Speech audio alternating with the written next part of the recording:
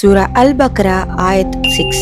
ఇన్నల్లదీన కఫరూ సవాఉన్ అలైహిం అఅన్దర్తహుం అం లం తుందిర్హుం లా యుమినూన్. దీని అర్థం, నిజంగా కాఫిర్లకు మీరు హెచ్చరించినా హెచ్చరించకపోయినా సమానం, వారు విశ్వసించరు.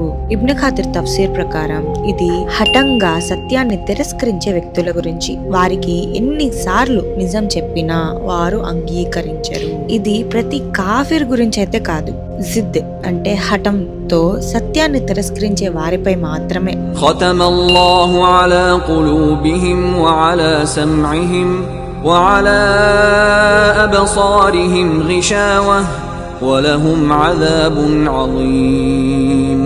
దీని అర్థం, అల్లాహ్ సుబ్హాను తఆలా వారి హృదయాలపై ముద్ర వేశాడు, వారి చెవులపై కళ్ళపై కవచం ఉంది.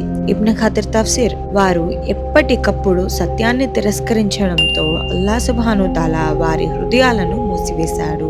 ఇబ్న్ ఖాతిర్ తఫ్సీర్ తెలియచేస్తున్నారు, ఇది శిక్షగా జరుగుతుంది. మొదట వారు తిరస్కరించేవారు, తరువాత అల్లాహ్ వారి హృదయాలను మూసివేసేశారు. ఆయత్ 8.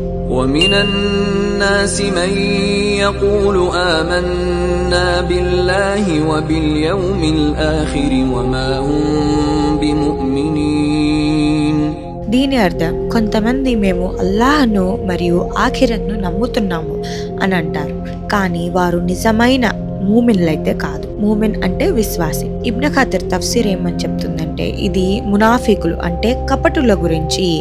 బయటకి ముస్లింలుగా ఉంటారు, కానీ హృదయాలలో విశ్వాసం లేదు. يخادعون الله والذين آمنوا وما يخدعون إلا أنفسهم وما يشعرون.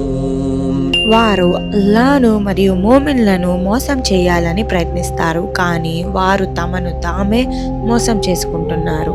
ఇబ్న్ ఖాతిర్ మునాఫిక్లు అనుకుంటారు వారు తెలివిగా ఉన్నారని, కానీ నిజానికి వారు తమకే నష్టం చేసుకుంటున్నారు.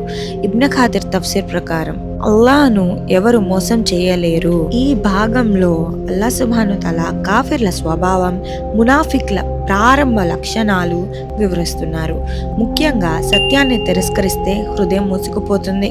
కపటం మనల్ని మనమే నాశనం చేసుకుంటాం.